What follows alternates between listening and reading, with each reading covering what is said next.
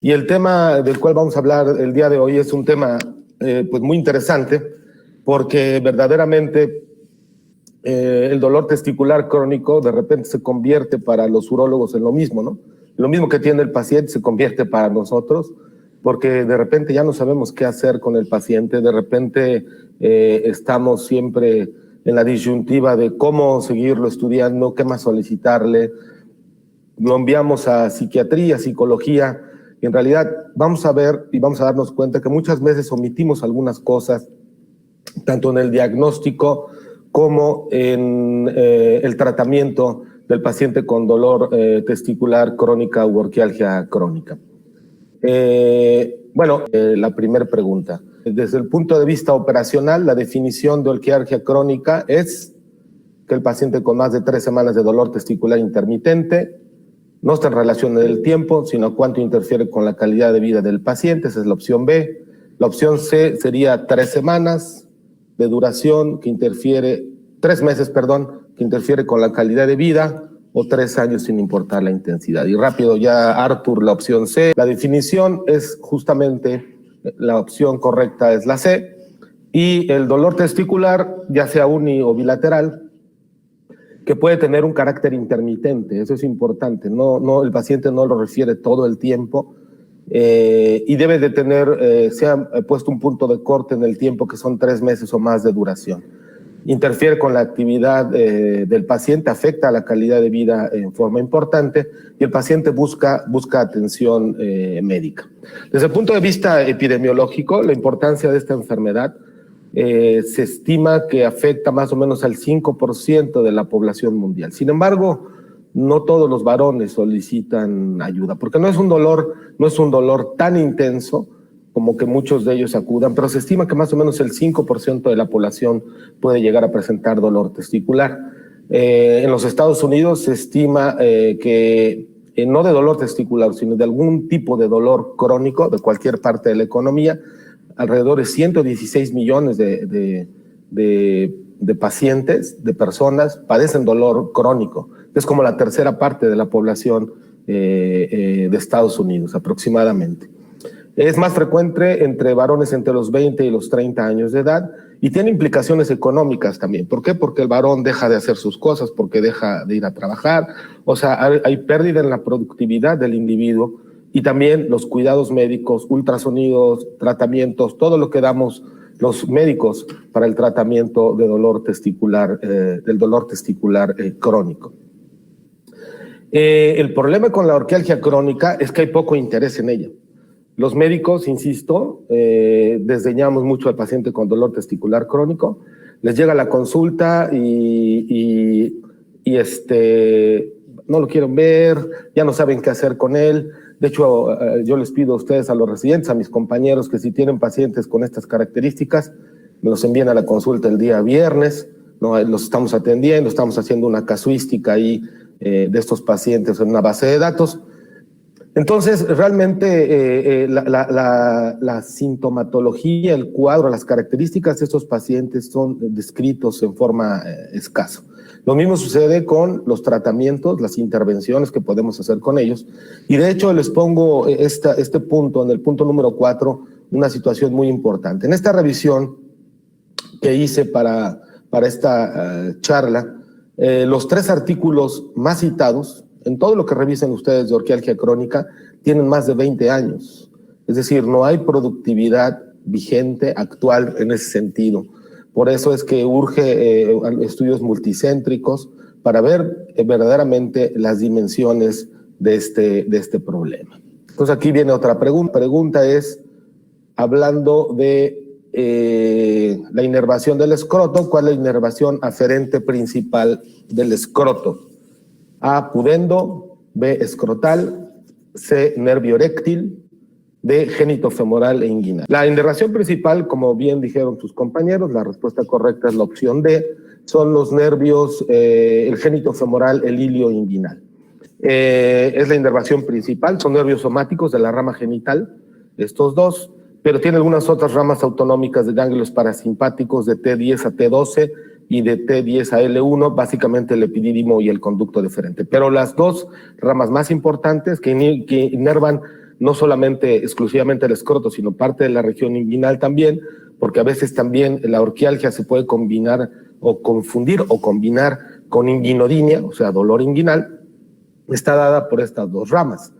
Vean ustedes aquí en este esquema, que les muestro justamente aquí con el puntero, cómo de estos dos derivan el nervio genitofemoral y el nervio ilioinguinal. Y lo que está marcado en colores, azul, aquí como moradito, verde, son las zonas en las cuales pudiera el paciente percibir dolor. Pero si alguno de ustedes contestó, me regreso a las diapositivas, pudendo, también una rama del pudendo inerva la cara posterior del escroto, que aquí no está marcado en este esquema, pero el nervio pudendo también inerva la cara posterior del escroto. Y esto es importante porque algunas ramas del pudendo pudieran también inervar en profundidad y ser motivo de irradiación de prostatitis. Por eso es que el paciente con prostatitis puede presentar dolor testicular como primera manifestación, porque se cree que algo de la inervación que viene de la próstata,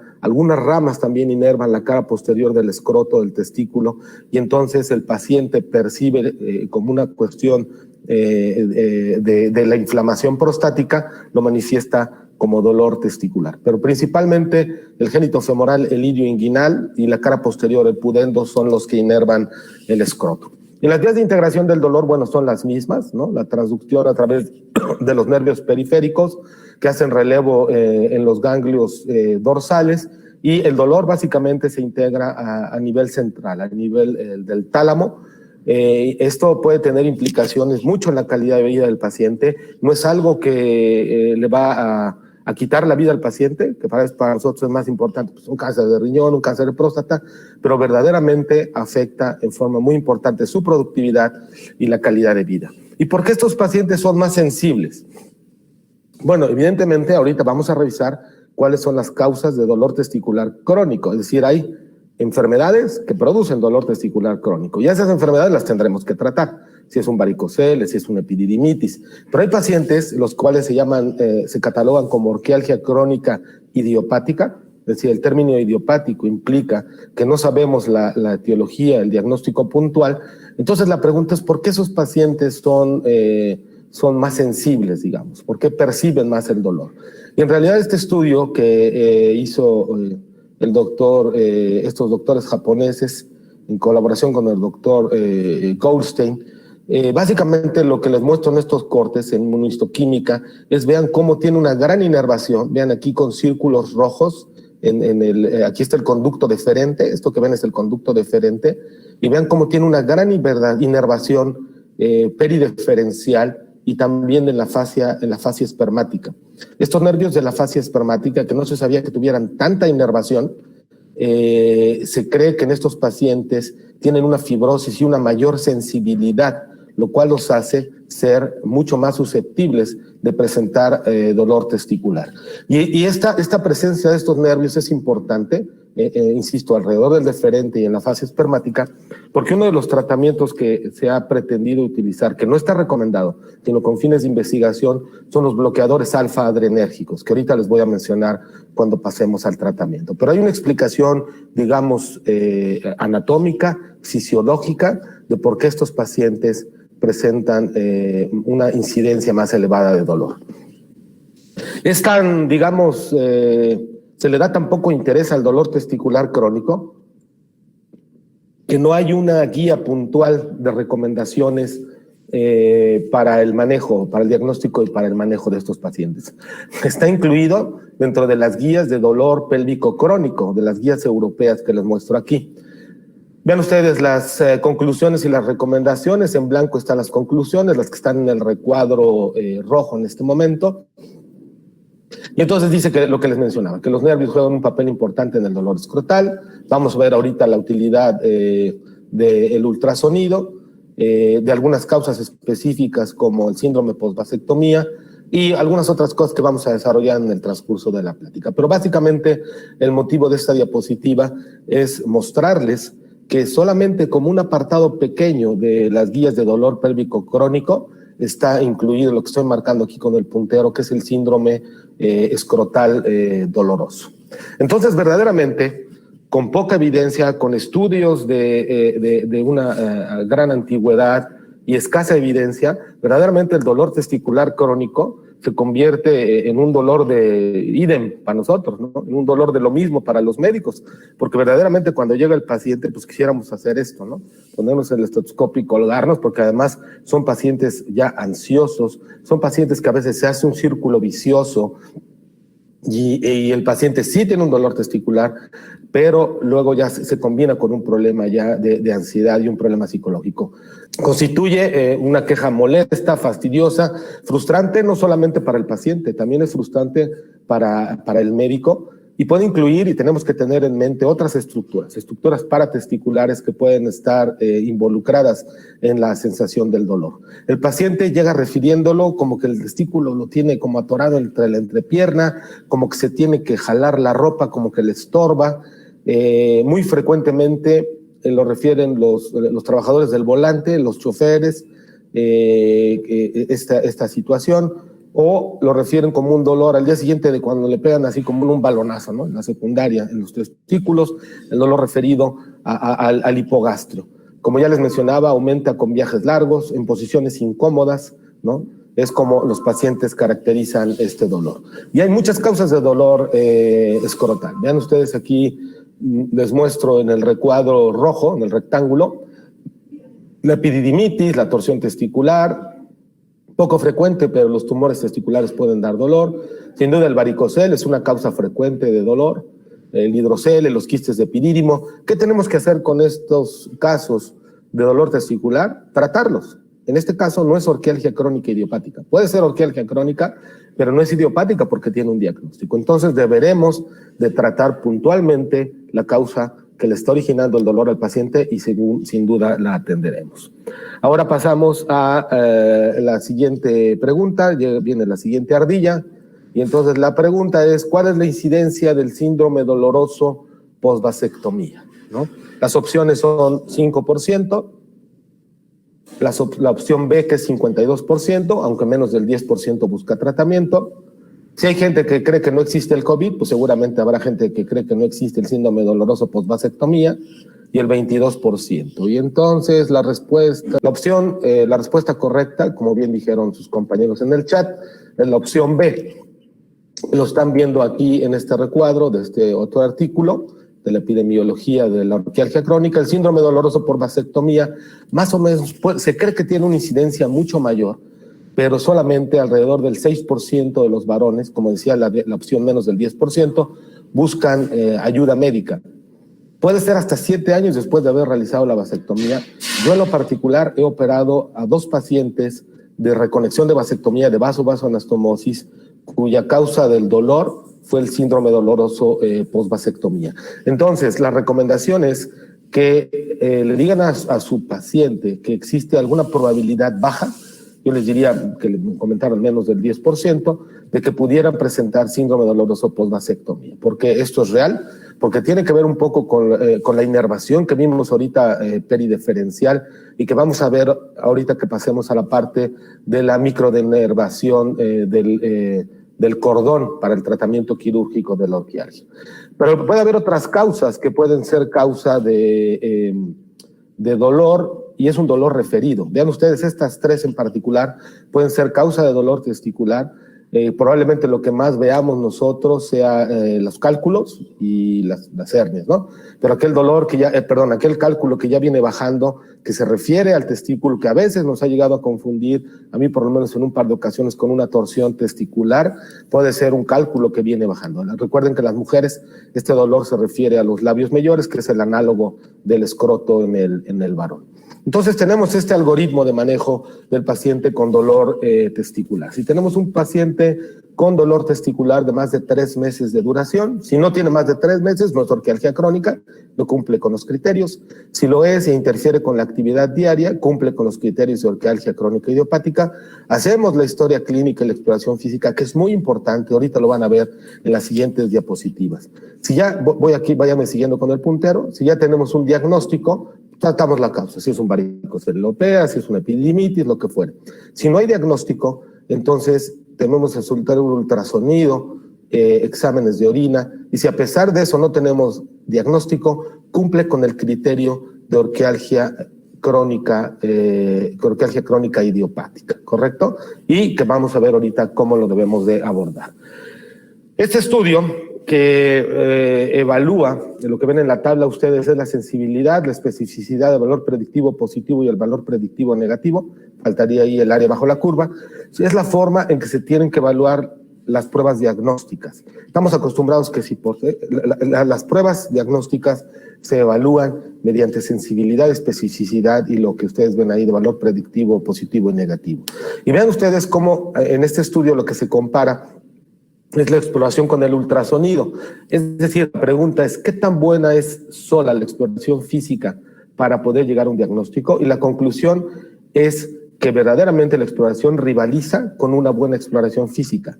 No es indispensable hacer ultrasonido. Evidentemente, el ultrasonido es sumamente útil, por supuesto, pero la mayoría de las veces solicitamos el ultrasonido porque tenemos temor de que se nos vaya a ir por alto un tumor o alguna patología más importante.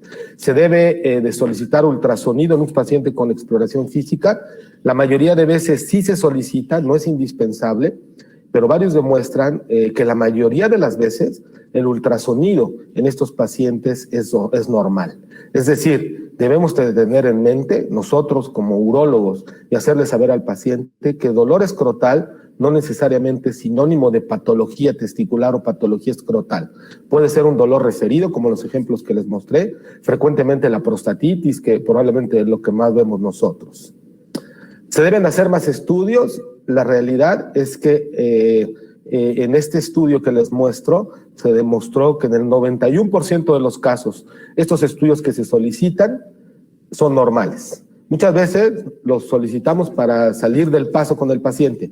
Dice, pues a ver, vamos a echarte una revisadita y una endoscopía a ver qué encontramos. Bueno, pues después, sobre todo en el servicio que todavía se hace sin sedación ni nada, pues se les quitan las ganas, yo creo, después de la friega de la cistoscopía.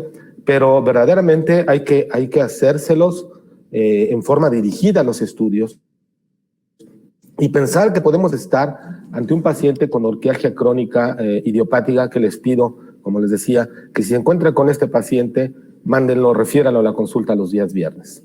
Y vean ustedes lo complejo que puede ser la orquialgia crónica idiopática. No pretendo que lo vean ni que lo analicen, digo, viene en uno de los artículos, si quieren se los mando. Esto lo hizo un doctor Kovac, que tuve yo oportunidad de conocer cuando era fellowship hace como 8 o 10 años en Houston. Él hizo este artículo, este flujograma, que es complejo. Lo único que les quiero mostrar es esto que estoy señalando en el puntero. Como lo último de todas estas serpientes y escaleras que aquí les puse, es la orquiectomía. O sea, así de muerto el perro se acabó la rabia. Esto es lo que tendremos que evitar, porque no siempre se acaba la rabia, como se los voy a mostrar. Pero se vuelve algo tan complejo como esto, como las serpientes y escaleras, que aquí está la referencia de dónde saqué las serpientes y escaleras, se vuelve algo verdaderamente complejo para todos, para el paciente y para el médico. Entonces viene la siguiente pregunta, ahí está la ardilla, y la pregunta es, ¿cuál es el porcentaje de éxito de la orquiectomía? Éxito se refiere a lo que estamos tratando, obviamente, que es que el paciente ya no tenga dolor. ¿Cuál es el porcentaje de éxito? La respuesta correcta es del 20%, lo mismo el doctor Castrejón, que ya contestó. Y fíjense qué curioso, uno pensaría que quitándole el testículo, pues se acabó el dolor, pues no. Fíjense cómo en un porcentaje puede ir desde el 80 hasta el 30%, pueden persistir del dolor a pesar de quitarle el testículo. ¿Cuándo debemos de considerar, pensar en hacer la orquiectomía? Cuando la microdenervación no funciona. Ahorita lo vamos a ver con el microscopio cómo se hace, y cuando el paciente ya no, evidentemente no soporta el dolor, ya está desesperado. Sin embargo, hay que tener cuidado, ahí están las tasas de éxito que bien mencionaron ustedes. Y la pregunta es, ¿por qué el paciente puede seguir con dolor a pesar de que ya no tiene el órgano? La respuesta es algo como lo que sucede con el miembro fantasma, en los pacientes que los amputan. Ya hubo una sensibilización central y el paciente persiste con la sensación dolorosa a pesar de que el testículo ya no está. O puede deberse también que no se seccionaron los nervios sensitivos. Estos nervios abordamos, pelamos, digamos, perdón por la expresión, mucho el cordón y no seccionamos los nervios sensitivos. Entonces el paciente sigue con esta retroalimentación al cerebro con la percepción del dolor. El estudio, que por cierto, aquí no puse la cita, perdón, olvidé poner la cita bibliográfica, el arbonaje inguinal es mejor que el abordaje escrotal. Este artículo yo creo que me interesa mandárselos, también de la sensibilidad del dolor, pero aparentemente, evidentemente, por el trayecto de los nervios, el abordaje inguinal ha demostrado ser mejor que el abordaje escrotal. Este algoritmo que les muestro es cuándo decidir y cómo decidir hacer un tratamiento quirúrgico en estos pacientes, que va a ser la última parte que vamos a ver. Todavía vamos a ver el tratamiento médico. Evidentemente, como todas las cirugías, lo que uno debe de pretender es no llegar a la cirugía. Siempre la cirugía tiene que ser el último recurso al que tengamos que echar mano, en todo, jóvenes. Antes debemos de pensar, tenemos que tener, ese es el criterio justamente que se va uno formando, cuándo sí operar y cuándo no. Pero, por ejemplo, si tenemos un paciente con dolor testicular crónico, le hacemos los exámenes, ultrasonido, masaje prostático, y si tenemos un diagnóstico específico, por ejemplo, una prostatitis con una prueba de Stame y Mirs, la prueba de los 3 vasos, bueno, pues daremos tratamiento para la prostatitis, ¿no? Si el ultrasonido encontramos patología, aquí marco, pues también dar el tratamiento propio. O si en la exploración física lo encontramos normal, puede ser que la exploración física sea normal, o los estudios negativos o el ultrasonido normal. Entonces, si el paciente está catalogado como una orquialgia crónica idiopática, entonces podríamos hacer primero un bloqueo del cordón espermático. Antes de pasar a la microdenervación, el hacer el bloqueo del cordón es como un cáliz, como una prueba para ver qué tanto mejoraría el paciente al hacer la denervación, la microdenervación. Si la prueba es positiva, quiere decir que el paciente mejora notablemente con el bloqueo que se hace con lidocaína, bupivacaína y prednisolona. Ahí colocan otro anestésico que yo no conozco, es candicaína. Entonces, puede ser con bupivacaína y un esteroide. Si el paciente mejora, podríamos dejarlo, y si el dolor remite, valorar la posibilidad de hacer una microdenervación. O tenemos otras opciones si no hay respuesta con el bloqueo, que puede ser incluso ya la psicoterapia. Ahorita vamos a ver todas esas terapias también.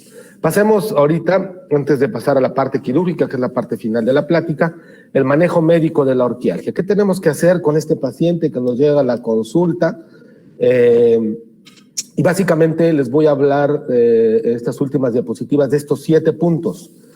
Y ustedes dirán, oye, doctor, pero aquí es una incongruencia porque dice crónica idiopática y usted dice antibióticos. ¿Por qué digo antibióticos? Porque este artículo que les muestro habla que el 82% de los urólogos lo utilizamos como primera línea de tratamiento en dolor testicular crónico, aún sin que tengamos los pelos de la burra en la mano. Es decir, nos llega y no, pues órale, tómate levofloxacino, cuando solamente el 22% de los casos demostró tener evidencia de infección. O sea, hubo un 78% de pacientes que les dimos un antibiótico sin que hubiera una evidencia de que hubiera una infección. Y esto evidentemente nosotros estamos contribuyendo al problema actual terrible que es la resistencia de los antibióticos. Y entonces, insisto, como en toda medicina, debemos de tratar de dar el tratamiento lo más puntual, lo más específico que se pueda. Sin embargo, muchas veces ni siquiera somos nosotros. Ya los pacientes llegados tratados por otro urólogo o por el médico general y ya les dieron a veces antibióticos hasta parenterales de amplio espectro para este problema. Usar antiinflamatorios esteroideos sí es una buena opción. De hecho, es la primera opción de tratamiento por los perfiles de analgésicos de seguridad. Muchas veces también ya los usaron cuando llegan con nosotros, ¿verdad? Podemos empezar por grados, digamos, ¿no? El ibuprofeno. Hay que tener cuidado con los antiinflamatorios. Recuerden que estos estimulan la vasoconstricción a nivel renal. Entonces, así de repente hay gente que se los toma como chochos, ¿no? El naproxen, el diclofenaco, y tiene sus asegúnes el uso de los antiinflamatorios. Yo lo que suelo hacer en estos pacientes, si es que no llegan ya con algún tratamiento, que a la consulta del general sí llegan la mayoría ya tratados, pero bueno es empezar con algún antiinflamatorio. Yo creo que el naproxen sigue siendo un excelente antiinflamatorio. Está muy depauperado, ¿no? Por las instituciones, porque la gente se queja y dice, no, nomás nos dan naproxen. Y además es caro el naproxen, pero es un excelente antiinflamatorio.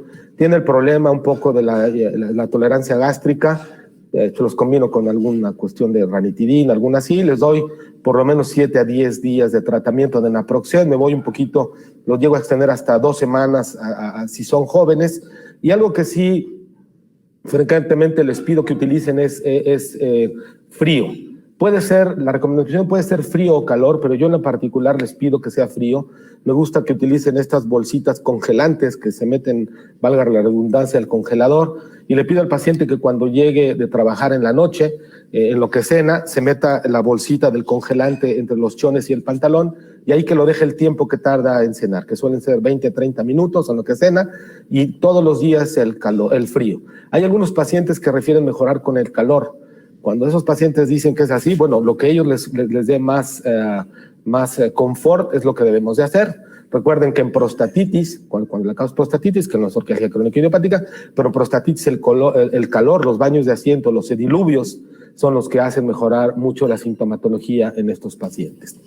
Lo que sí frecuentemente hago cuando ya llegan es combinarlos con un antineurítico. Recordamos que la vitamina, el complejo B en general, tiene propiedades antineuríticas, es tratado en neuropatía, y entonces lo que utilizo es la combinación de diclofenaco con complejo B. Es la primera línea que casi siempre utilizamos, 20 días de doloneurobión forte, que es la combinación de diclofenaco, hay varias presentaciones, por supuesto, con complejo B, porque además se ha demostrado en estos estudios, este estudio que les muestro en particular, que estos pacientes con orquialgia crónica pueden tener deficiencia de testosterona y de vitamina B12, y que al mejorar estos niveles, el paciente nota una mejoría significativa. Entonces tiene una base.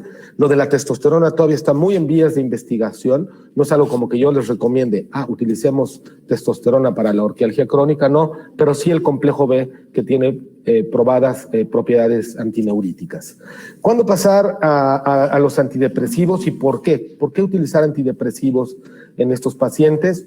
En realidad hay una asociación entre depresión y dolor crónico, publicado desde hace muchos años. Vean ustedes este estudio de Cosbile, que es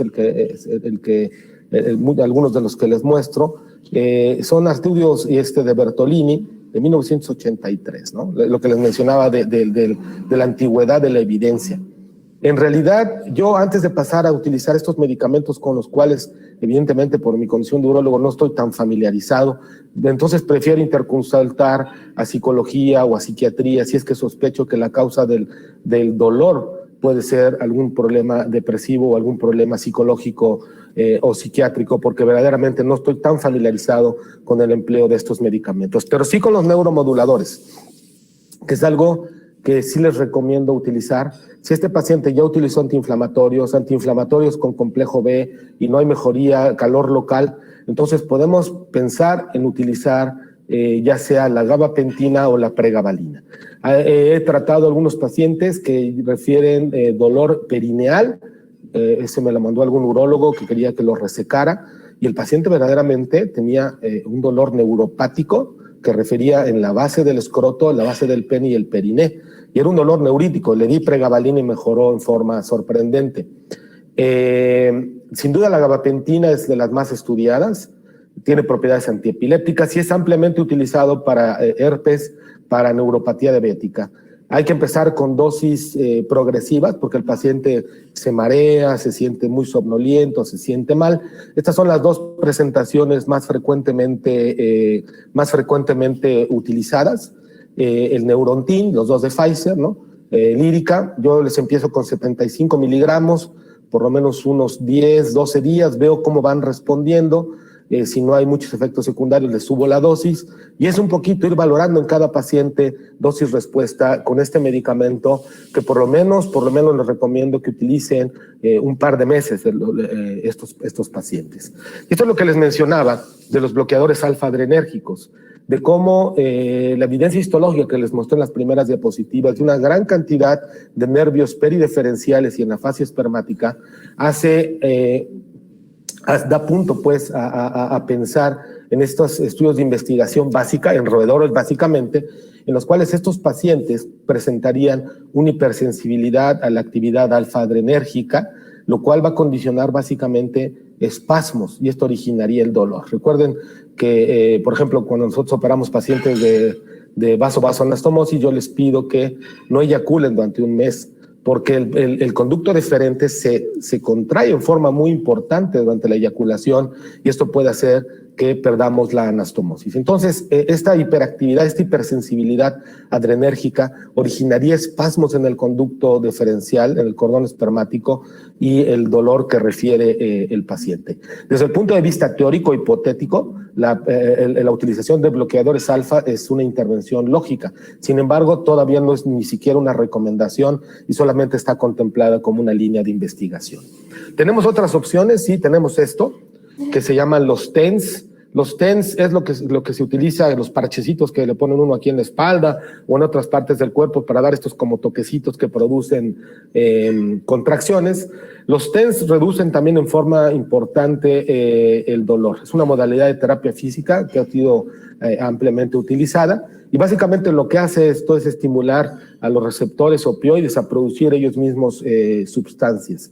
Yo he tratado, bueno, no yo, sino una terapista que conozco, la señorita Marisela, he tratado un par de pacientes con estas características, incluyendo uno que la causa del dolor era la malla y mejoró notablemente con los TENS. La experiencia que tengo no es muy amplia, les repito, 2 o 3 pacientes que he manejado con estas características, pero en este estudio que les muestro, vean ustedes esta tabla que ven, lo que dice tabla 2, es una escala visual análoga, VAS quiere decir escala visual análoga, la forma de medir objetivamente el dolor. Tenemos básicamente 3 mediciones previas al tratamiento, al mes del tratamiento y a 2 meses, y vean lo que les muestro en el recuadro rojo, cómo hay una diferencia en la reducción del dolor prácticamente a la mitad, desde el primer mes, estadísticamente significativa, y esta se reduce a los 2 meses, un poquito menos, pero aún estadísticamente significativas. Pero vean, lo que me llama la atención de esa diapositiva es las características del dolor. El paciente refería,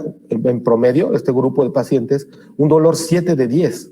O sea, es un dolor importante el que presenta el paciente. Un dolor de 7, una puntuación de 7 en la escala visual análoga es un dolor importante. Que al reducirse a 3 puntos, evidentemente el paciente mejora bastante su calidad de vida. Entonces, esto es algo que deben de tener en mente. No desechen esta posibilidad de poder mandar, evidentemente le tienen que hablar al terapista, porque va a decir, ¿de qué me habla el doctor? Explicarle la evidencia a un buen terapista y en forma conjunta tratarlos y podemos obtener alguna mejoría con este tratamiento en estos pacientes. Ahora, pasemos a la parte de la micro, creo que había otra ardilla aquí, no sé si se me pasó, pero bueno, si no por ahí viene al ratito. Este es un esquema que les muestro, en el recuadro de arriba dice que la orquialgia crónica puede ser debido a un atrapamiento de los nervios en la superficie del conducto deferente cuando hacemos la vasectomía. ¿Lo ven ahí?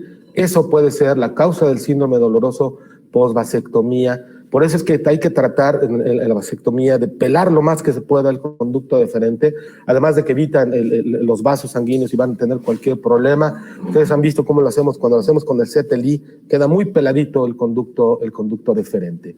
¿Cómo hacemos la microdenervación? Estos son esquemas, ahorita les muestro algunas fotos.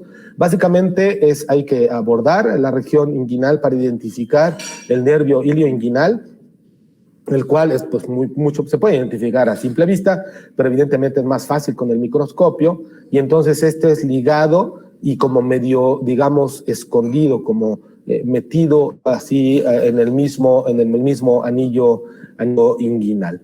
Por entonces, abrir la fascia espermática para exponer el contenido del cordón, y quienes han entrado conmigo a ligaduras de varicocele con Doppler, esto es lo que vamos haciendo.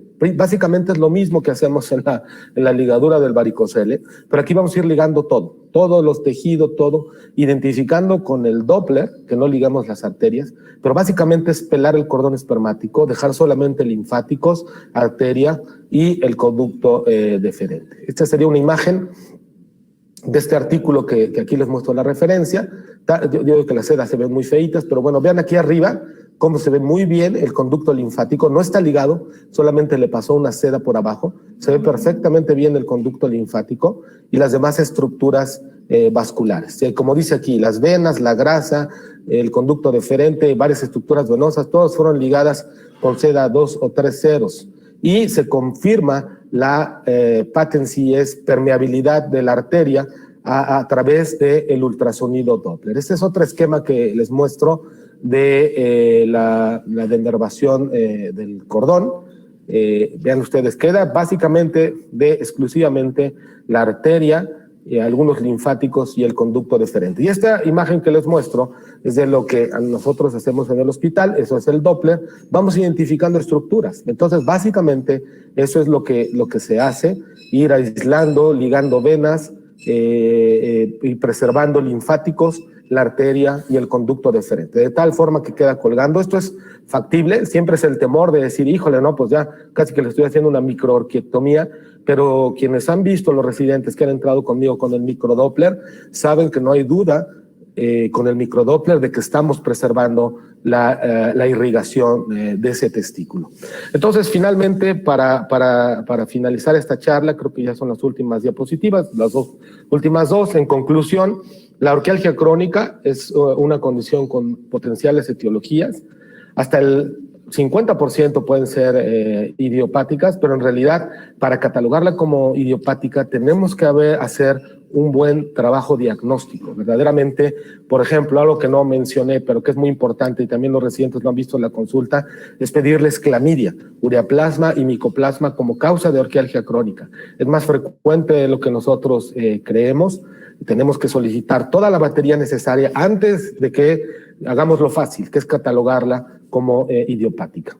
El ultrasonido escrotal es frecuentemente utilizado, aunque ya vimos que la exploración física rivaliza con ellos, y antes de soltar la receta con el antibiótico, hagamos una buena semiología, una buena exploración, un buen algoritmo diagnóstico antes de que contribuyamos a la resistencia con los antibióticos. Yo recomendaría, sí, evidentemente, primero utilizar antiinflamatorios, pero frecuentemente ya nos van a llegar tratados. La recomendación sería combinarlos con complejo B y, si no, avanzar hacia neuromoduladores como la gabapentina, la pregabalina y algunos antidepresivos tricíclicos. Yo diría que la testosterona y los bloqueadores adrenérgicos sería el futuro, son líneas de investigación, y tengamos en cuenta que los TENS pueden ser una alternativa del tratamiento. La diapositiva que se me olvidó, que ahorita la vi, me recordé, la de Botox justamente. Hay estudios que también demuestran que la toxina botulínica infiltrada directamente en el cordón puede ser de utilidad. Hay que tener cuidado con el Botox, el costo, pero estas dos alternativas es algo que debemos de tener en mente, particularmente los TENS que no son invasivas. La microdenervación, como se los dije al principio, es el último recurso al que tenemos que echar mano. Si creen que tienen algún paciente que es candidato, envíenlo y con mucho gusto lo metemos a microdenervación en el Hospital General. Y esa es la última diapositiva. Agradezco mucho su atención.